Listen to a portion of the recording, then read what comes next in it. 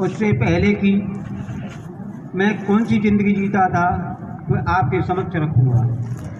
जब मैं सत्य के साथ में नहीं आता था तो राक्षस की तरह जीता था, राक्षस के काम करता था।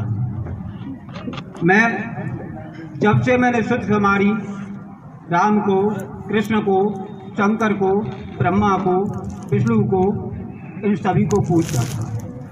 एक एक डेढ़ घंटा बर्बाद करता था।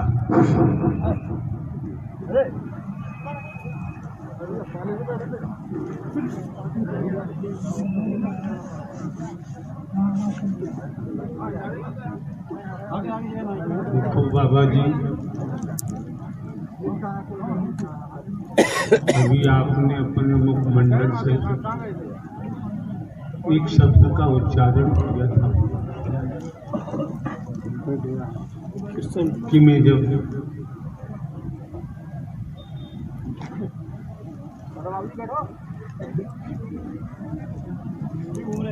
सत्य के साथ में नहीं आता था तो राक्षस जैसा जीवन व्यतीत करता था।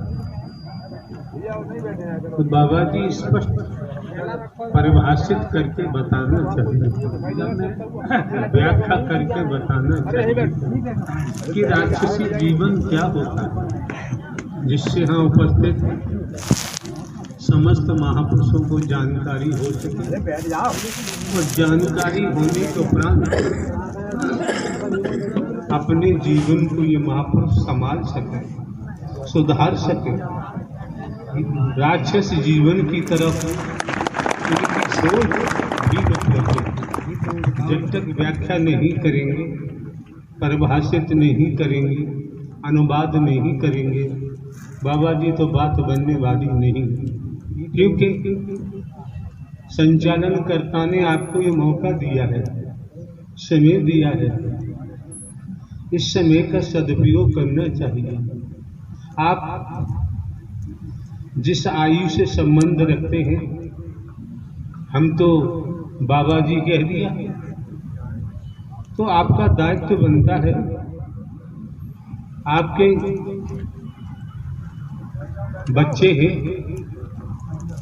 युवान हैं,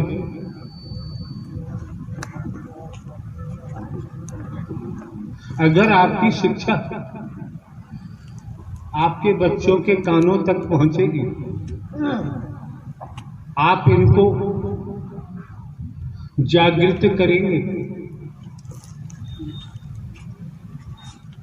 आम आम कहने से आम का स्वाद नहीं आता है। कच्चा आम खाएंगे तो उसका स्वाद खट्टा होगा, पका हुआ आम खाएंगे तो उसका स्वाद मीठा होगा। स्वाद के आधार पर ही कह सकते हैं कि भैया हमने तो मीठा आम खाया है।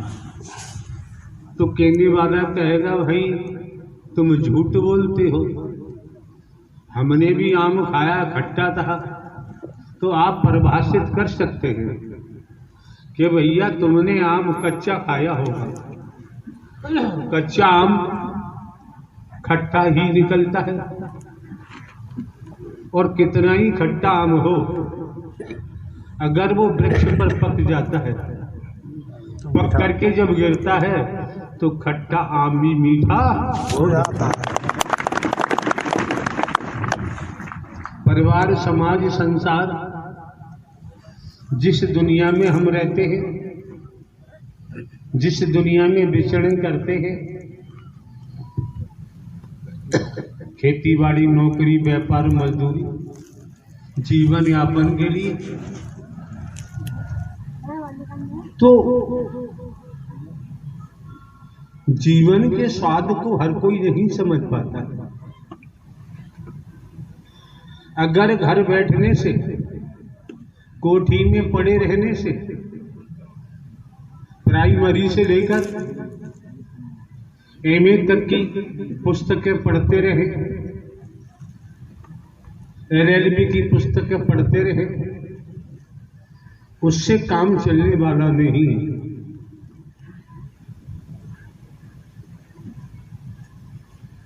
विद्या अध्ययन करने के लिए हमें कॉलेज का सहारा लेना पड़ता है। प्रोफेसर साहब के सामने जाना पड़ता है, प्राचार्य के सामने जाना पड़ता है। जो प्रोफेसर साहब शिक्षा देते हैं, शासन शिक्षा बोर्ड ने जो विषय नियत किए हैं वही शिक्षा दी जाती है स्कूल कॉलेजों में।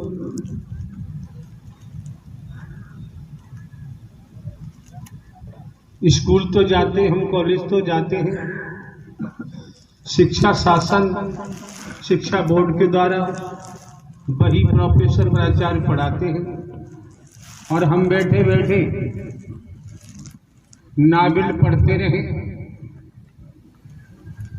अश्लील साहित्य पढ़ते रहे, पूरी वर्ष यही करते रहे। श्रीमान जी ध्यान में रखना चाहिए, जब वार्षिक परीक्षा होगी शिक्षा बोर्ड द्वारा जो विषय जारी किए हैं उसी में से प्रश्न पत्र जारी किए जाते हैं। और हमने पूरी वर्ष नावल पढ़ा है, अश्लील साहित्य पढ़ा है,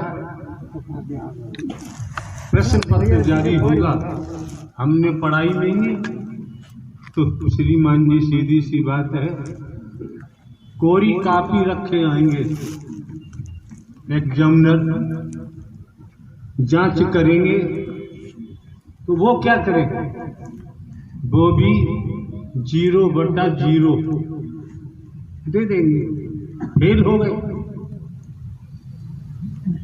बाबा आपकी जिम्मेदारी बनती है, बुजुर्ग हैं, आपके सामने आपके बच्चे हैं, आपकी बहन बेटियां हैं,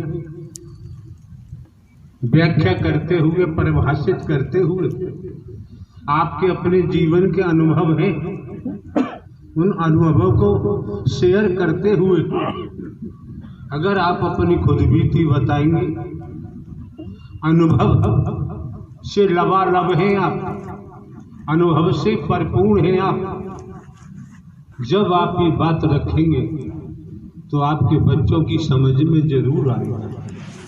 अपना तो जीवन जैसा था वैसा कट गया, बाकी रहा है वो भी कट जाएगा। बहुत गई थोड़ी रही, बहुत गई थोड़ी रही, लगी किनारे आए और ताल भंग मत बूझिए जो कुलेदाग लगे। भी हम परिभाषित करके बताएंगे आपको। तो आप पहले शुरुआत करें, जो आपने शुरुआत की राक्षसी जीवन आपने बताया। तो राक्षसी जीवन क्या होता है? राक्षसी जीवन में लोग क्या क्या कर्म करते हैं, कैसी भाषा बोलते हैं, ये वो बताओ। अरे यार, बड़ी बुआ क्यों कर रही हो?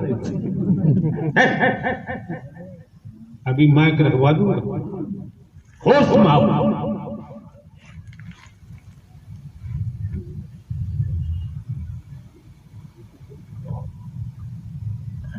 बताइए।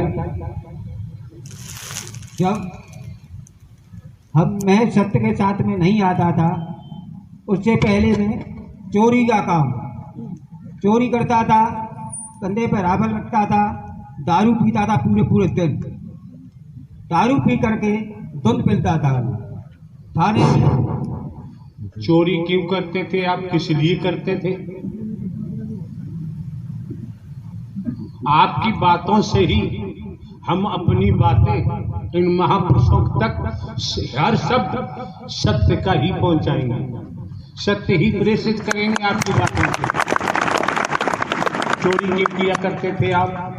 चोरी प्रभु अपनी मौज मस्ती के लिए, अरे यार, परिवार के लिए, जो परिवार ये सोचते थे मेरा परिवार आगे बढ़ जाए। एक बात तो बताओ बाबा, चोरी करने से किसी का परिवार कभी आगे बढ़ा है? ये तो प्रभु मेरी समझ में अब आया है। जितना पूछा जाता है बाबा उतना ही जवाब दो। चोरी करते थे आप धन पाने के लिए। जी प्रभु। हाँ, तो साफ साफ क्यों नहीं बोलते आप? ये आपकी जबान बैठे बैठे